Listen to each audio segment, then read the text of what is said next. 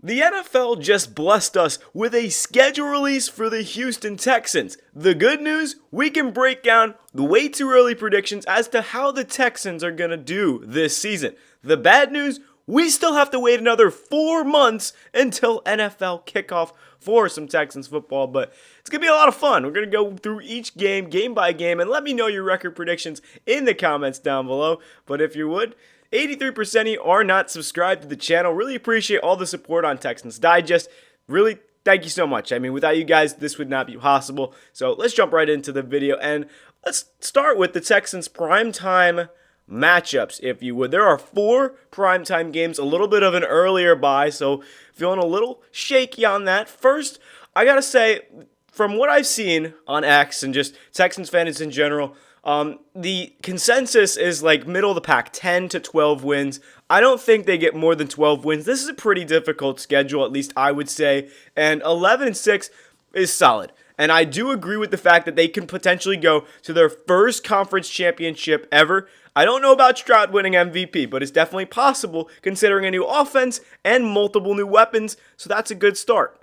Now, as far as the schedule, first game will be against the Rams, week 1, and we're on the road, so a little bit of a Nick Caley versus his old team. I like the storyline there. Definitely a very winnable game, but let's just quickly gloss over the schedule and look at every game and say, what is guaranteed as a win, right? So Rams, I'd be like, maybe. Bucks, maybe. Jaguars early in the season with a new offense and Liam Cohen, I'm going to say win. So we got 1 win for week 3. Titans, they should win, especially early in the season against Cam Ward. Ravens is up in the air. Seahawks should be a win. Niners, I'm going to leave it up in the air. Jaguars will say they get the better of us. Titans, Colts, maybe the Colts steal one again, but Cardinals, Raiders, and then you have the Chargers and the Colts. So I think at least the Texans, if they do terrible this season, at least they're getting at least 8 wins. A floor of 8 wins. Their ceiling is pretty high. I'd say 12 or 13 wins. And I've wrote out every single game on my sheet here for like every single team. But as for the Texans, doing a deep dive on this is pretty difficult. But week 1, if you break that game down, we'll say, okay, the Texans aren't ready to start the new season. CJ Stroud is not in rhythm with his new wide receivers. It's tough because it's week 1. The Rams, okay. Week 2, Monday Night Football, a primetime matchup against Tampa Bay. I think they win that game. Now, the big thing here is the defense. Can they show up? Out of these first 3 games, I think they win 1 to 2 of them, right? And then you're on the road, but then you're at home versus the Bucks. I feel like on the road versus the Jags, you'll probably split there. Overall, in the division, the Texans should most likely go 4-2. So now going back over the schedule in a deep dive, you beat the Rams. Well, this is a toss-up. So you either beat the Rams, lose to the Bucks, lose to the Rams, beat the Bucks, whatever you want to call it. So 2-1 to start the season through the first 3 weeks. I think they can very well beat the Titans. That's 3-1. At worst, you go 3-3 in the division, but they should most likely go 5-1, 4-2, maybe even 6-0. I mean, this is a weak division, the AFC South. So you got to look at it from that kind of perspective. 3-1. I don't think we can get the Ravens. Last year, they killed us on Christmas. Now, I'm not going to say that this is not going to be a competitive game by any means, but at Baltimore, it's going to be a tough one. I'll say they lose that one at Baltimore 3-2. You're going to beat the Seahawks, make that 4-2. You go to the Niners. I think they can win that game as well, 5-2. Broncos is a tough one. So, I mean, I think that's going to be a really close game, but I don't think they lose both of these next 2 games, especially at home. They got a 3-game stretch at home, which is pretty good. So, again, they should go 2-1 here, but I'm still going to give them 2 losses to both the Broncos and the Jaguars because I feel like the Jaguars could steal a game. I know we've 2-0'd them multiple times, but I don't know. I feel like with that offense and Liam Cohen, we could potentially see a loss. So, I'm going to be a little bit, I don't know if generous is the word, but I'm going to be a little bit overcautious with this schedule and say, okay, they're going to lose to the Broncos and the Jaguars. I know it's a tough say, but I'm going to go best case scenario in terms of how this schedule plays out. But you're still in a good spot. 5-4 heading into week 11, and you got the Titans. I really like to say 6-4. Cam Ward, rookie quarterback, you never know, but 6-4 on the road at the Titans. this is where the schedule gets pretty difficult. You got the Bills at home versus the Bills.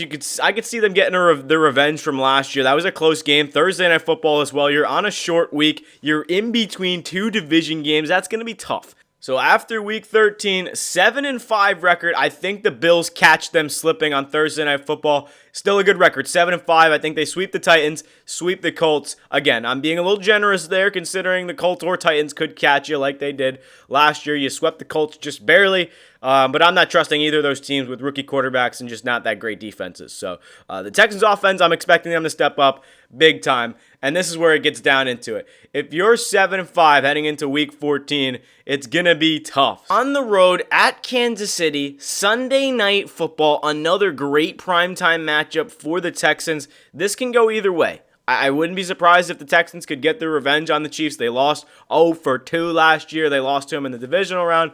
They lost to them in the regular season with that Tank Dell injury. So I feel like they're out for revenge. After week 14, I'll be completely honest with you, I think the Texans win out. And I mean, that might be a little bit crazy to say, but Cardinals, Raiders, Chargers, Colts. Those 4 games, I think that's a 4-game win streak. You go 11-6 to end the season, and you're ready for that number 4 spot locked and loaded. Depending on where the other seeds fall, you could go up to 3, go up to 2. I don't know how good of a record that is to go up to number 3 in the AFC, but you're definitely getting number 4 with the 4th division. I think the Texans are locked and loaded with that AFC South. They're going to win it. It's just a matter of who's going to really be in competition for number 2. Is it the Jaguars with a new head coach? Is it the Titans with a rookie quarterback? Or is it the Colts with I'm pretty sure Anthony Richardson is injured, so we don't even know who their quarterback's going to be. So it's a tough spot, but the Texans, I think I'm being overcautious here, saying 11-6, saying we're not going to win any of those big-time games against teams like the Ravens, teams like the Broncos, who they probably can beat, the Chiefs, the Bills. All those big-time games, I'm not giving them, mainly for the reason that it is too close to call. And more likely than not, the Texans are going to win maybe 1, maybe 2 of those games. And what is probably more likely is they go 4-2 in the division, not 5-1. So you could see a game lost to the division and then a game won to one of these bigger time games, because the Texans are capable of winning these big time games. Now, is there a possibility that we could see CJ Stroud go absolutely crazy? If CJ Stroud wins MVP, I don't think the Texans go 11-6. I think they go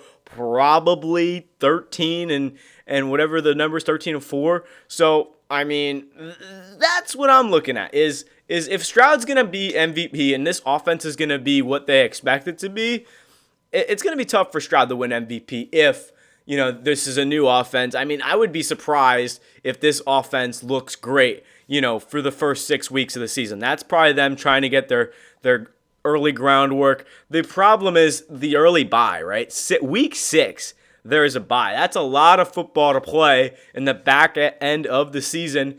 And a few tough games, right? You got the Broncos. The Niners are not an easy matchup. Seahawks, it's pretty tough, pretty easy one, I'll say. But those are the 4 kind of matchups you're looking at. I mean, Rams or Bucks, they're going to win one of those 2 games, especially the Monday night game. I don't know how that's going to work out. They could even win both of those games and, be 13-win team, but I'm going to keep it grounded perspective. 11 wins makes sense to me. But the tough games that they have, I mean, it could be Rams, it could be Bucks. I think you have 1 indefinite Ravens. 2 Broncos are a good team. Don't sleep on the Broncos. Bills, Chiefs. And that's kind of the 4 really difficult games for the Texans is against those top teams. The Chiefs, the Broncos aren't a top tier team, but I guess you could put the Niners in there. You could put the Bucks or Rams in there as 6 tough opponents. But this is not a gimme schedule. Let's be completely honest. This is not an easy schedule. But for the Texans being the team that they are expected to be at the same spot. And I do agree with the fact that they can go to their first AFC championship in franchise history. So looking forward to a great season. It's just a matter of how quickly can this offense get set up. There's been a lot of questions around the offensive line, and I'm going to make a video later today just explaining the offensive line and why everyone is kind of criticizing it, because it really isn't that bad. Although they didn't get crazy amount of protection. Yes, they traded their best offensive tackle in Laremy Tunsil, the blind side, but he's getting paid a lot of money. He's getting older. The holding penalties were not, panning out. But looking at this team, I'm very confident that they can have a winning record. I feel like they should be the consensus to win the division for sure. So I don't know. Let me know your thoughts. I know I've rambled on a little bit longer than I expected here, but I mean, with this defense playing like it did last year, it's going to be an awesome season. I can't wait to see how the 53-man roster looks. Yes, the bad news is we do have over 4 months to wait until Texans football on Sunday. So currently, Thursday in the morning, I'm recording this, but this is a good schedule. And I think overall, looking at this kind of thing, I feel like some people are going to be like, yeah, I mean, that's a little bit low, 11 wins for the Texans. I think it's pretty accurate. In terms of how the season goes, you're always going to have those 1 or 2 losses that you never see coming against teams that you're like, wait, we just lost to the Broncos, or we just lost to the Titans. Like, how did we do that? So there's always going to be a few weird games. Maybe even the Cardinals steal a game on us. But I think 11 wins is kind of that range to where it makes sense. And you have this 4 losses that I gave to the 4 toughest teams. And again, the Texans can easily be the 1 seed this year if Stroud plays like, amazing, has an MVP season, and does what Josh Allen did with the Bills last year. So again, anything's possible. The Texans should do well this season. I feel like a lot of people are underrating them. But I'm going to stop talking now. Thank you guys so much for watching. This has been a blast to do. Let me know your record prediction in the comments. Hopefully I did enough. I didn't dive too deep on too many games, but hopefully everything worked out. Appreciate everyone watching. This has been Mike Zanetti, Texans Digest. Thank you guys so much for tuning in. Again, let me know your schedule prediction in the comments, and we'll see you in the next video.